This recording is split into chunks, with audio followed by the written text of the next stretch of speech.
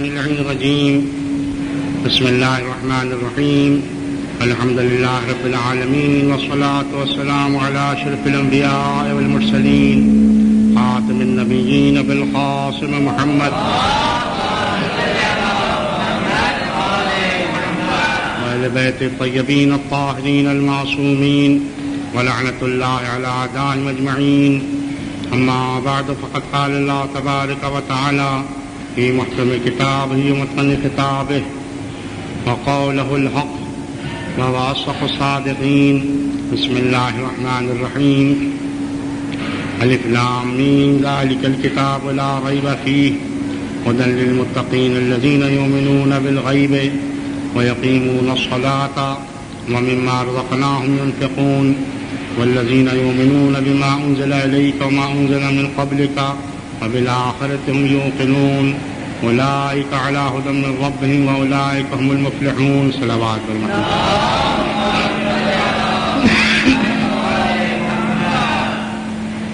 الف لام میم یہ وہ کتاب ہے جس میں کوئی شک اور شبے کی گنجائش نہیں.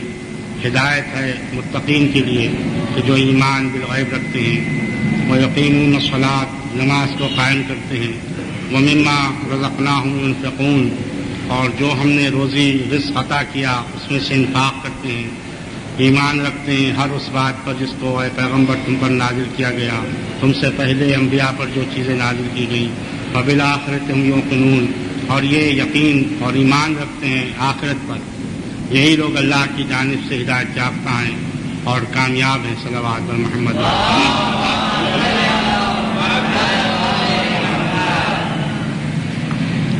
اس میں شک نہیں کہ یہ کتاب ہدایت ہے متقین کے لیے جو تقویٰ پرہیزگاری رکھتے ہوں، انہی کے لیے ہدایت ہے، اور انہی کا عمل بھی قبول ہے جو ایمان لائے تقویٰ کے ساتھ، عمل صالح کرے تقویٰ کے ساتھ، تو اسی کا عمل اللہ کے نزدیک قبول ہے. ایمان بالغیب رکھتے ہیں اہل ایمان، ان کی صفت یہ ہے کہ وہ دلیل و حجت نہیں کرتے، بلکہ ایمان کی تعریف ہی یہ ہے کہ جو چیزیں ایسی ہیں جن کا عقیدہ رکھنا چاہیے خداوند عالم کی جانب سے فطرتاً وہ عقیدہ رکھتا ہے مومن غیب کی باتوں پر. بہت سے ایسے لوگ ہیں کہ وہ دلیل کا مطالبہ کرتے ہیں، جب تک کہ دلیل سے مطمئن نہ ہو اس وقت تک ایمان نہیں لاتے، تو جب تک کہ وہ مطمئن نہیں اس وقت تک وہ مومن نہیں ہے. صلوات محمد. نماز کو قائم کرتے ہیں اور جو ہم نے روزی عطا کی اس پر اس سے انفاق کرتے ہیں. مومن کا یہ بھی عقیدہ ہوتا ہے کہ جو کچھ ہمیں روزی ملتی ہے یہ اللہ کی جانب سے ملتی ہے. یہاں مما رزقناہم کے لفظ جس کو ہم روزی عطا کرتے ہیں، یہ نہیں کہ جس کو تم کماتے ہو اپنی قوت بازو سے اس میں سے انفاق کرو، یہ نہیں ہے، بلکہ جو ہم روزی عطا کرتے ہیں اس میں سے انفاق کرو، اس میں سے انفاق کرتے ہیں. تو یہ کوئی دھوکہ نہ کھائے کہ جو کماتے ہیں ہم اپنے قوت بازو سے، بے شک ہم عمل کرتے ہیں اور ہمیں حکم ہے اس کا، لیکن روزی دینے والا اللہ، اس نے اپنے ہاتھ میں روزی رکھی ہے، اس لیے حکم ہے کہ ہم جس وقت شکر کریں روزانہ کم سے کم 4 باتوں کا شکر ضروری ہے. الحمدللہ الذی عرفنی نفسہ ولم یترکنی عمیان القلب. شکر ہے اس خدا کا جس نے اپنے نفس کو پہچانوایا اور ہمیں دل کا اندھا نہیں قرار دیا. الحمدللہ الذی جعلنی من امت محمد صلی اللہ علیہ وآلہ وسلم. شکر ہے اس خدا کا جس نے ہمیں امت محمد صلی اللہ علیہ وآلہ وسلم سے قرار دیا، یعنی ان کے ماننے والے، ان کے اتباع کرنے والے، ان سے اور ان کے اہل بیت سے محبت رکھنے والے قرار دیا. صلوات محمد.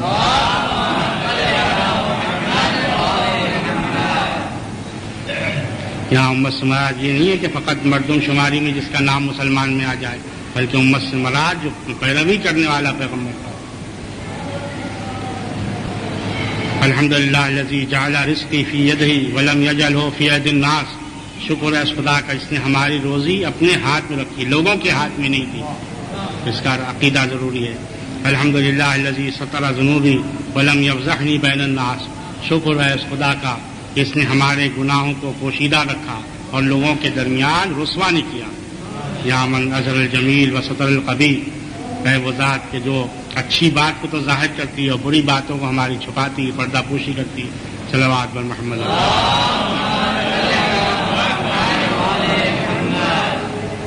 کس قدر متبرک مہینہ ہے ماہ رمضان کا، جس میں جتنا بھی عمل کرے اس کا ثواب زیادہ ہے۔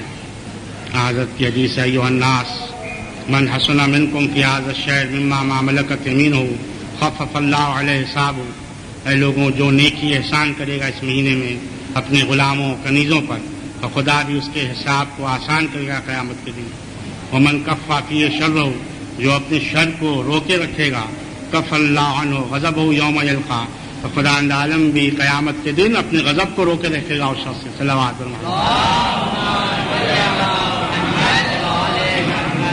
ایک تو لوگوں سے نیکی سے پیش آنا، اخلاق سے پیش آنا، احسان کرنا، اگر کوئی احسان نہیں بھی کرتا ہے تو اپنے شر کو روکے رہے، آزار نہ پہنچائے دوسرے کو، دوسرے کی غیبت کر رہا ہے، اس کو اذیت دے رہا ہے۔ ومن اکرم فی یتیمن، جو کسی یتیم کا اکرام کرے تو اللہ قیامت کے دن اس کا اکرام کرے گا۔ ومن وصل فی رحمہ، جو اس میں صلہ رحم کرے گا تو خدا عالم قیامت کے دن اس کو اپنی رحمت سے ڈھانپے گا۔ ومن قطع رحمہ، جو قطع رحم کرے گا اپنے قرابت داروں سے تو خدا عالم بھی قیامت کے دن اس سلسلے کو توڑ دے گا اور اپنی رحمت کو منقطع کرے گا، اپنی رحمت سے اس شخص کو۔ ومن تطوع فی بصلاۃ، اگر کوئی ایک نماز پڑھے اس مہینے میں کتب اللہ له براۃ من النار، تو خدا عالم آتش جہنم سے برات نامہ تحریر فرماتا ہے۔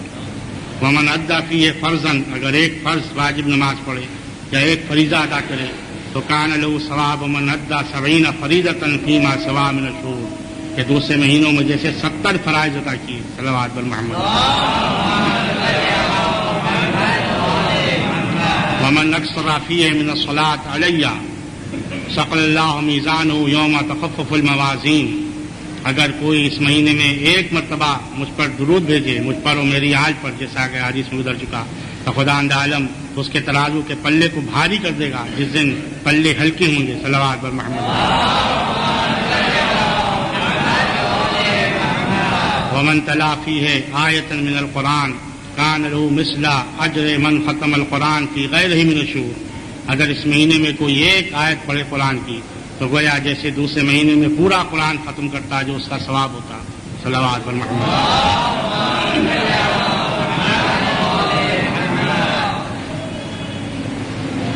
حضرت کی حدیث ہے اعملوا فی الصحۃ قبل السقم وفی الشباب قبل الحرم وفی الفراق قبل الشغل وفی الحیات قبل الموت، دیکھو صحت کے زمانے میں، تندرستی کے زمانے میں، قبل اس کے کہ بیماری تمہیں لے ڈالے، عمل سے غافل نہ ہو، عمل بجا لاؤ۔ جس وقت انسان بیمار ہوتا ہے تو اس وقت نہ روزے رکھ سکتا ہے، نہ نماز قیام کی حالت میں صحیح طریقے سے پڑھ سکتا ہے، نہ مسجد میں جا سکتا ہے، اور کس قدر اس وقت تمنا ہوتی ہے اور افسوس و ندامت ہوتا ہے کہ جو زمانہ ہماری قوت طاقت کا تھا ہم نے اس سے کام نہیں لیا، اس کو ہم نے صرف نہیں کیا بعد اس وقت وہ چاہتا بھی ہے اب نہیں جا سکتا۔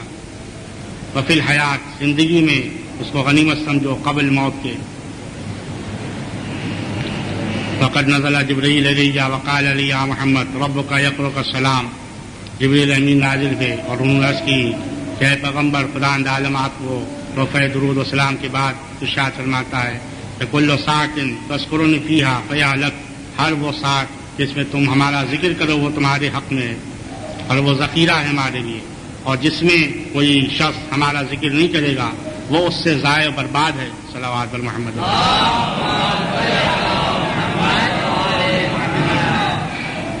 دوسری حدیث میں حضرت کا ارشاد ان اہل الجنہ لا يندمون علی شیء من امور الدنیا الا علی ساعۃ مرت بهم فی الدنیا لم یذکر اللہ تعالی، کہ جو اہل جنت ہیں، جنتی لوگ مومنین، وہ بھی کسی بات پر دنیا کی باتوں میں ندامت نہیں کریں گے، صرف اس ساعت اس گھڑی پر کہ جو گزر گئی ہو دنیا میں اور اس میں انہوں نے اللہ کا ذکر نہ کیا ہو۔ صلوات بر محمد۔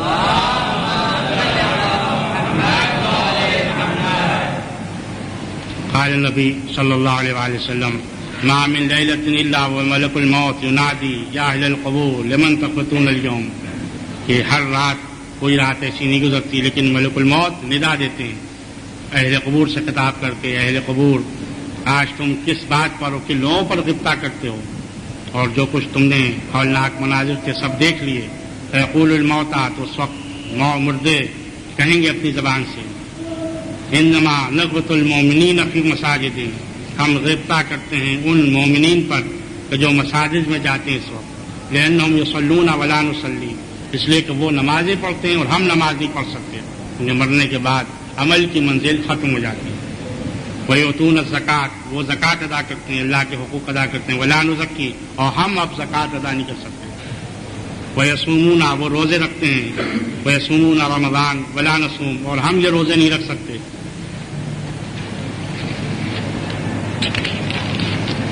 وَيَتَصَدَّقُونَ بِمَا فَضَلَ عَنْ عِيَالِهِمْ، اور جو کچھ ان کے اہل عیال سے فاضل بچتا ہے وہ راہ خدا میں تصدق کرتے ہیں۔ وَنَحْنُ لَا نَتَصَدَّقُ، اور ہم تصدق کرنے پر قادر نہیں۔ وَيَذْكُرُونَ اللَّهَ كَثِيرًا وَنَحْنُ لَا نَذْكُرُ، اور وہ اللہ کا ذکر کثیر کرتے ہیں لیکن ہم اس وقت اب نہیں کر سکتے۔ فَمَا حَسْرَتَا عَلَىٰ مَا فَاتَنَا فِي دَارِ الدُّنْيَا، بس حسرت ہو ان باتوں پر کہ جو فوت ہو گئی دار دنیا میں۔ حدیث میں قید الملک کل یوم، فرشتہ ہر روز ندا دیتا ہے، اللہم اجعل لکل منفق خلفا، ہر اس شخص کے لیے پالنے والے جو انفاق کرتا ہے راہ خدا میں تو اس میں اضافہ کر اس کے مال میں، اس کا عوض عطا فرما۔ وجعل لکل ممسک تلفا، اور ہر وہ شخص کے جو راہ خدا میں انفاق نہیں کرتا، اپنے مال کو روکے رکھتا ہے، اس کے لیے تو تلف قرار دے، یعنی اس مال کی بربادی و تباہی۔ صلوات بر محمد۔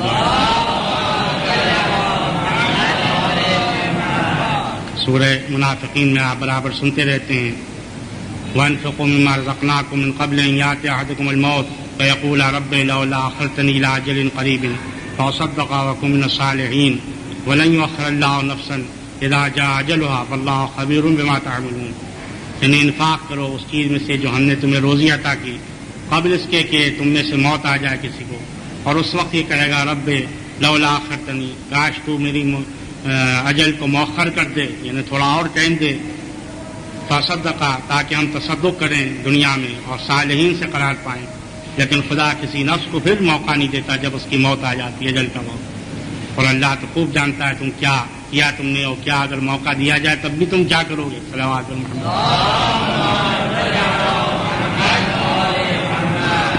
محمد وآل محمد۔ آج پیغمبر اسلام کے ہاں مسرت و خوشی کا سامان ہے، ولادت باسعادت امام حسن علیہ السلام کی شان۔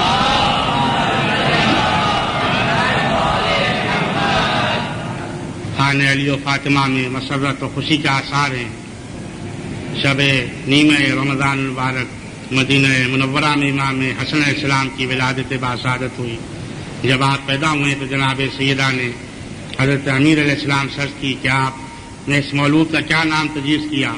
حضرت امیر علیہ السلام نے فرمایا کہ میں رسول خدا صلی اللہ علیہ وآلہ وسلم پر سبقت نہیں کر سکتا۔ جب پیغمبر اسلام سے پوچھا گیا تو آپ نے فرمایا کہ میں بھی اپنے پروردگار پر سبقت نہیں کر سکتا۔ یہ شان ہے رسول کریم کی، اور یہ شان ہے اس گھرانے کے افراد کی، اور یہ شرف ہے اس گھر کے مولود کا کہ اس کا نام بھی قدرت کی طرف سے تجویز کیا جاتا ہے۔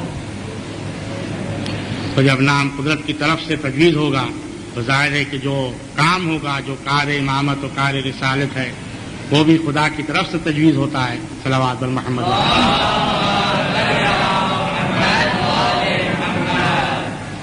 بہرحال جبرائیل امین نازل ہوئے اور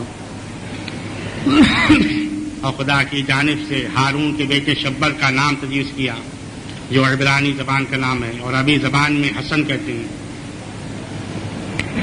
کیا کہنا اس شہزادے کی عظمت و جلالت کا۔ کم سنی کے عالم میں ان کے علم و کمال کی حالت تھی کہ 60 برس کا سن ہے، اور پیغمبر اسلام اس وقت مسجد میں وحی بیان فرماتے تھے تو امام حسن علیہ السلام اس کو سن کر اور بین ہی اپنے مادر گرامی سے نقل فرماتے تھے۔ اور جس وقت حضرت امیر علیہ السلام گھر میں تشریف لاتے تھے تو جناب سیدہ امیر المؤمنین علیہ السلام سے نقل فرماتی تھیں۔ حضرت امیر علیہ السلام نے دریافت کیا یہ سب باتیں کون بیان کرتا ہے؟ تو جناب سیدہ نے فرمایا کہ آپ کا فرزند حسن بیان کرتا ہے۔ چنانچہ امیر المؤمنین علیہ السلام کے بھی دل میں اشتیاق پیدا ہوا کہ اپنے فرزند کی زبان سے وحی کے کلمات سنیں۔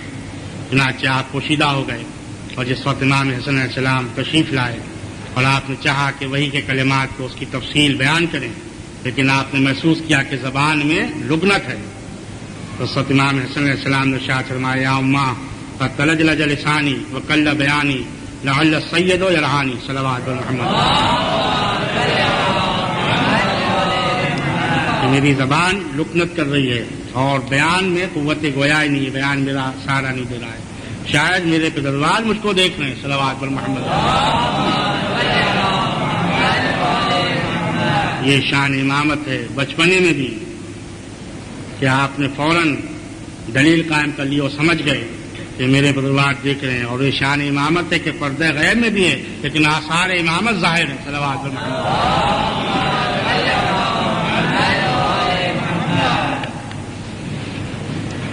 حقیقتاً امام حسن اور امام حسین علیہ السلام کے جتنے بھی فضائل پیغمبر اسلام سے مروی ہیں وہ سب بچپنے کے زمانے سے تعلق رکھتے ہیں, کیونکہ شہزادوں کی ولادت کا زمانہ, پیغمبر اسلام کی وفات کا زمانہ, اس وقت سے ان کا 7-8 برس تک ہو سکتا ہے, تو سب اس کمسنی کے زمانے میں ہیں. لیکن وہ شرف اور فضل انہوں نے حاصل کیا کمسنی کے زمانے میں کہ جو جوانی اور بڑھاپے کے زمانے میں کسی نے حاصل نہیں کیا صلوات پر محمد.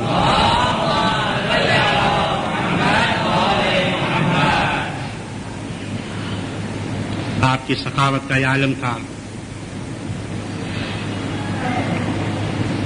ایک مرتبہ معاویہ نے اعتراض کیا اور لکھا آپ کو کہ لا خیر فی الاسراف, اسراف میں خیر نہیں ہے. آپ کی سخاوت کو دیکھ کر ساتھ میں اس کے جواب میں تحریر فرمایا لا اسراف فی الخیر, کار خیر میں کوئی اسراف نہیں.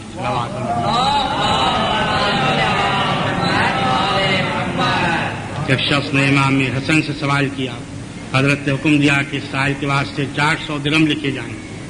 لکھنے والے نے دھوکے سے 400 دینار سے اطلاع لکھ دیے. دینار زیادہ ہوتا ہے, 400 درہم کے بجائے 400 دینار اطلاع لکھ دیے.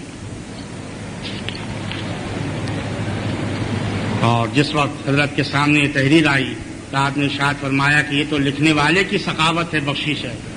آپ نے 4000 درہم کا اور اضافہ فرمایا, 400 دینار پر 4000 درہم کا اضافہ فرمایا اور اس کے بعد اپنی مہر ثبت فرمائی صلوات پر محمد.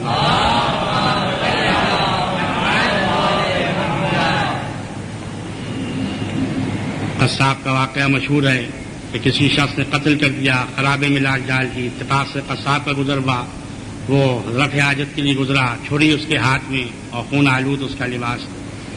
اور اسی طریقے سے جو مقتول کے ورثاء تھے وہ فوراً پہنچ گئے, اس نے اس قصاب کو پکڑ لیا. اب اس نے دیکھا کہ اگر ہم انکار کرتے ہیں تو کوئی انکار کا موقع محل نہیں, اس نے اقرار کر لیا. چنانچہ فیصلہ یہ دیا گیا کہ یہ قاتل ہے, اس کو اس سے انتقام لیا جائے اس کے عوض میں. جس وقت قاتل کو معلوم ہوا کہ بے قصور قصاب پکڑا گیا, یہ فوراً اس نے اپنے کو پیش کیا اور کہا کہ یہ بے قصور ہے اور قاتل میں ہوں اس کا. اب یہ قصہ امام حسن علیہ السلام کے سامنے پیش ہوا صلوات محمد. امیر المومنین علیہ السلام فرمایا کہ اس کا فیصلہ میرا فرزند حسن کرے گا. چنانچہ آپ نے فرمایا کہ ان دونوں کو چھوڑ دو, قصاب کو بھی چھوڑ دو اور قاتل کو بھی چھوڑ دو. اس لیے کہ جو قاتل ہے اگرچہ اس نے ایک کو قتل کیا ہے لیکن ایک شخص کو قتل سے بچا لیا اس نے. اور قرآن کا حکم ہے کہ من احیاء فکانما احیا الناس جمیعا, اگر کوئی ایک نفس کو زندہ کرے تو گویا تمام لوگوں کو زندگی عطا کی اس نے. لہٰذا ایک شخص کو اس نے ہلاکت سے بچا لیا, لہٰذا دونوں کو چھوڑ دو اور مقتول کا خون بہا بیت المال سے ادا کیا گیا صلوات خدا عالم ہم سب کے توفیقات میں اضافہ فرمائے اور ہمارے اعمال کو قبول فرمائے, ہمارے دعا کو قبول فرمائے. جو مریض ان کو شفا کامل عطا فرمائے, جو قرضدار ان کا قرض ادا ہو, کاروبار میں برکت عطا فرما اور جلد از جلد امام زمانہ کا ظہور فرما. اللہم تقبل منا.